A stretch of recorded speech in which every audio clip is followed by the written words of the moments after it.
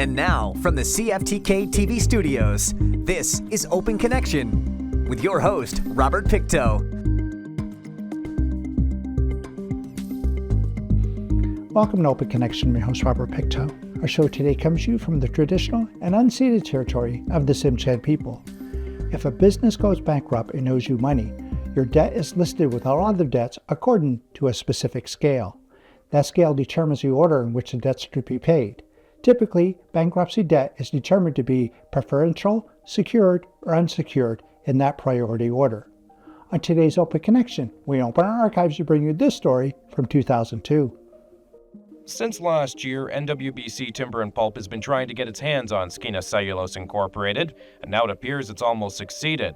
Last week, a Supreme Court justice approved the deal which had been reached with the province, but not without some obstacles. Terrace Mayor Jack Tolstra stood up and told the judge that if he was uncomfortable with the deal, that bankruptcy was still an option. Well, we've had our contractors and retailers burned rather severely in 1997, the first time around. And then we had them burned again just recently this time around. And we want to make sure that that does not happen again. The alternative to our deal is bankruptcy. And bankruptcy would cause untold damage, not only to the creditors, but it would result in a fire sale of the business, a liquidation of the company under receivership that's court-appointed. And the whole idea of bankruptcy and a liquidation is to get the most value for the individual parts of the company. That's what it's all about. And I can't understand for the life of me how bankruptcy could be a viable option to anybody in the Northwest. Reaction from two other Northwest mayors on the court decision was mixed. In Prince Rupert, Don Scott was very pleased with the outcome. I certainly want to see the pulp mill up and running in the next few months. I hope that and expect that to happen. Certainly it is dependent on pulp markets. We want to see those markets improve. It looks like the North American economy is supposed to be improving.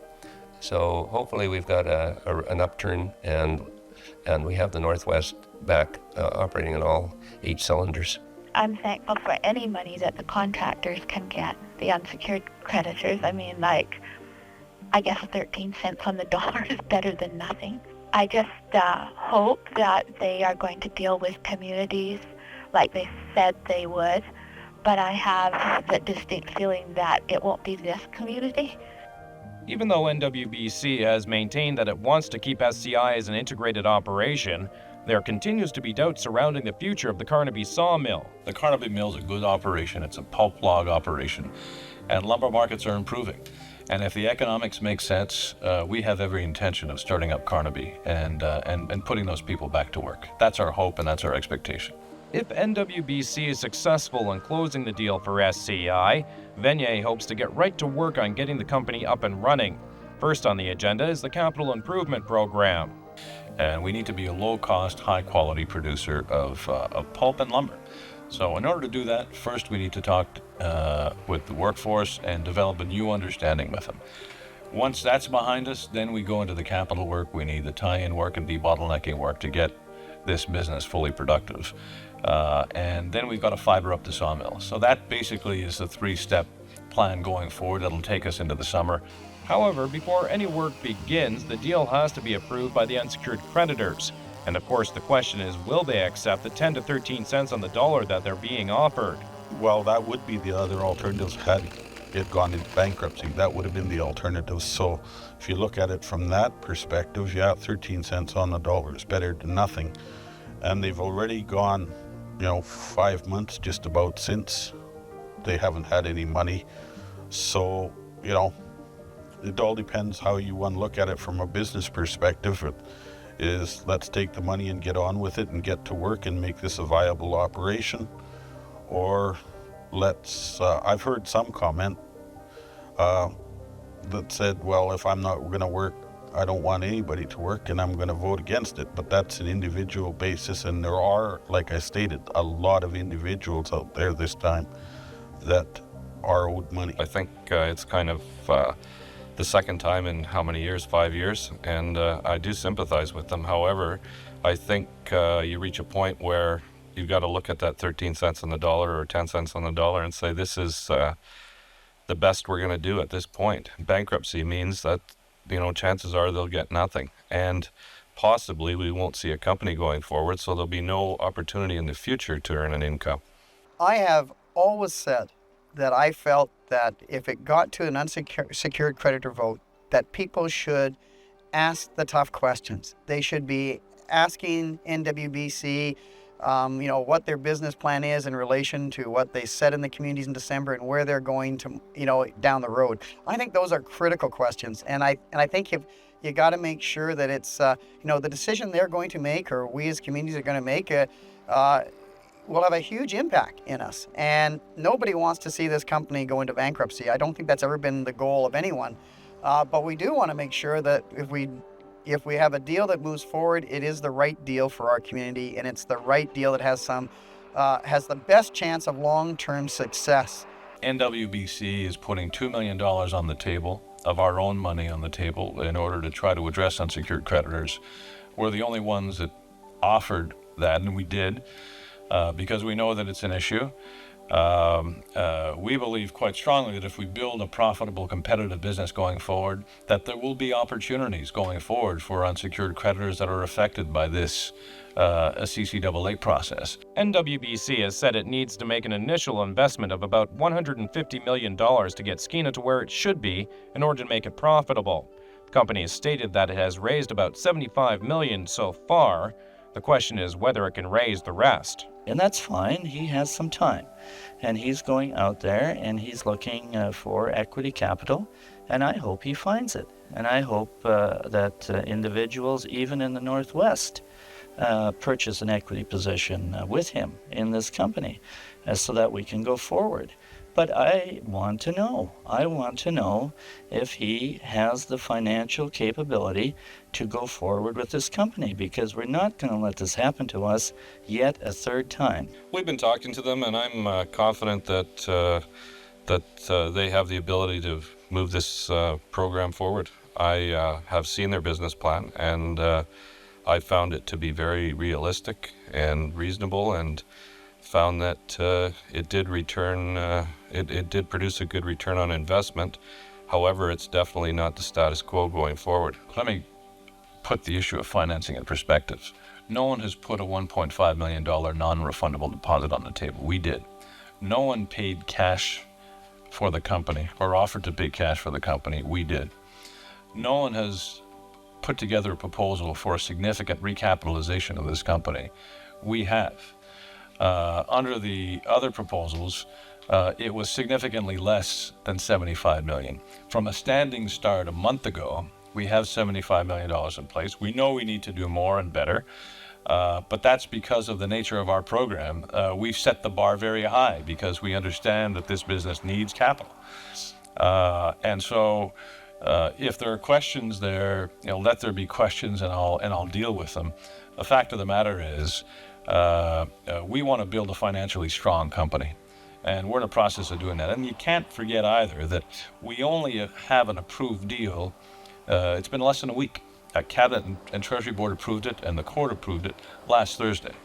So for those naysayers that are asking themselves the question, where's the money? I'm suggesting to them, just watch us. Open Connection will be right back after these messages.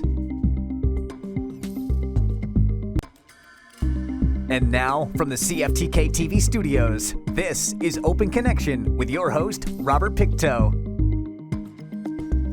Thanks for staying with us. While it's not clear when the funeral director title was first used, the British Undertakers Association became the National Association of Funeral Directors in the early 1900s, marking an important evolution in the funeral director role from tradesmen to professionals, reflecting the increased responsibility involved in directing every aspect of a modern funeral service. Let us return to the archives with funeral director Ernie Anakay.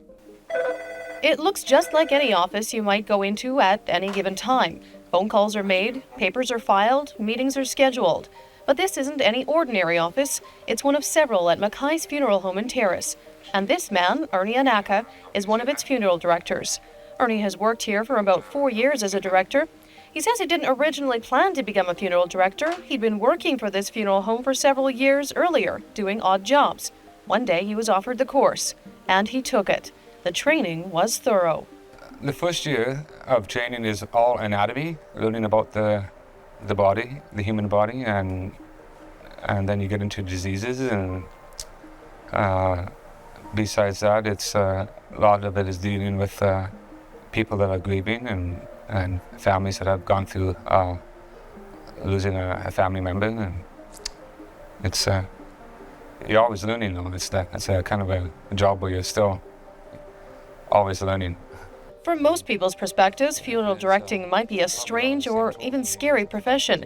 And while most of the time people do understand that the service Ernie and his colleagues provide is essential, he does admit when he tells people what he does for a living, he gets mixed reactions. I get a lot of kind of questions. Some people are squeamish that way when they hear what I do, and other people are very interested in and want to know more about it, and sometimes even want to pursue the career themselves. I get information on what we do, but we do have people that are react differently to what we do, and even ourselves we have to. It's kind of an experience ourselves what we have to deal with too here, so it's kind of tough sometimes. A typical day for Ernie starts off just like any other business day. He and fellow funeral director Edith Anhorn first find out how many cases have accumulated overnight. They then contact the families and help them through the necessary paperwork and funeral arrangements, including choosing a coffin or urn, contacting a church if required, and building a service. Every family is different, every service is different, and depends on the culture and religion. There's a lot of legal paperwork to be done, and then we try to be as helpful as we can to make the funeral arrangements for the family the way they'd like it. And we don't try to push them to do it any way that was, it's something that we let them plan to have the way they want to have it, the service. And with the Native tradition, they do their own service. Like we prepare the body and everything, and they take the body to the reserve or wherever to have their own service. They have their traditional burials, memorial service, funeral service, and then they have a feast after. With the East Indians, they have their own traditional bathing and dressing that they come here to do on their own. And then they have their service and cremation after. We have this room set up more or less to do, and it's for East Indian services. East Indians, they like to do their own dressing and bathing, and so they'll come in here, we'll make an appointment, and after we do our embalming on the body and bathing and that, then we have the body set on here, and then they come in and do a ceremonial bathing themselves, and then they do the dressing themselves, and we just stand by and watch. And if they need any help, we'll help out a little bit too. But it's very interesting to see how they do it and what they go through to do it and that. Open Connection will be right back after these messages. And now, from the CFTK-TV studios, this is Open Connection with your host, Robert Pictou. Welcome back to Open Connection. The ancient Egyptians were possibly the first society to support full-time funeral directors, with specialist priests spending up to 70 days preparing the deceased royalty and nobility for the afterlife. Let us return to the archives with funeral director Ernie Anakay. And of course, there is the body preparation. It takes 2 years plus ongoing training to be able to do what Ernie and Edith do. They say much of their work with the deceased is not unlike what a doctor or surgeon might do. In fact, some of their tools look much like what a surgeon's tools look like. They also have to learn and follow stringent guidelines to protect themselves from infectious diseases. And of course, there is the embalming process. Done. We put a chemical inside here. That's for preserving. And put it simply, as this is the chemical is injected into the body through the arteries. So this goes This goes into the body. This goes into one of your arteries, and that's actually where the carotid here, yes. In some cases, it's not, you don't use your carotid, but there is other arteries you can go in, but that's our basic, where we go in, is in the carotid. Okay. And when it gets into like an autopsy case, it gets a bit more difficult because we're dealing with the more exposure of the body to us too. So you basically fill up this area with embalming fluid? Yes, yeah. Does it matter, like other different types of embalming? Yes, there is quite a few different types, and it depends a lot on what the person has died from and what kind of medication the persons might have been getting before the person died, and all kinds of diseases that are involved has an effect on how the embalming is going to turn out too. So it's very technical here. It is very. Like, history of the person, eh? Taking the course, you have to learn a lot of history too on embalming, and it goes back into the Egyptian days is when they started doing it, and it's a lot of history you have to look back on too when you're taking the course, and it's very interesting that way. If and when the embalming process is requested and completed, a family can opt to either have a burial or a cremation. The crematorium here is the only one west of Prince George. Again, training is also needed to operate such a huge piece of machinery. Temperatures inside of the crematorium reach 1,600 degrees Fahrenheit. A simple way to put it is just a big oven, a natural gas oven, that we do our cremations in. And again, I was going to stress that we have to be qualified to run this machine. And so we did have to take a special course on, and I learned a lot of it as on-the-job training, but now you have to take a course on how to operate it and how it functions and everything. So it again gets quite in-depth, and when you want to get to know all about it and that, so it is quite a piece of machinery. McKay's has become somewhat of an institution in the Northwest. It's been around for several decades, and of course a lot's changed. Owner James McKay says he got his start funeral directing in 1947 when he was just 24 years old. Well, I was actually an electrician, and I worked in the shipyards during the war. And then when we came up here, we got involved with the funeral work, and then I eventually ended up down in Vancouver with Mount Pleasant Undertaking Company, and they gave me my training in embalming and funeral directing, and the Imperial Casket Company sponsored us in getting caskets, and we now get caskets from all over the country. So it's been a very interesting life, actually. Some might wonder how working with the deceased on such a continual basis might affect them and their lives outside of work. Ernie, Edith, and James all say it's changed their perspective on life. They try and live it well and take each day as it comes. It makes you want to, look after yourself more in ways. I think my philosophy is that it's a matter of fact, and there's no use rooting about it or wanting it any other way. I have a good outlook on life. Open Connection will be right back after these messages. And now, from the CFTK-TV studios, this is Open Connection with your host, Robert Pictou. The original name was Ski Dog, but a typographical error in a Bombardier brochure changed the name Ski Dog to Ski Doo. Upon discovery of the typo, Bombardier considered the typo a fortuitous development since he felt it not only sounded appealing, but also a distinctive and simple trademark for his vehicle.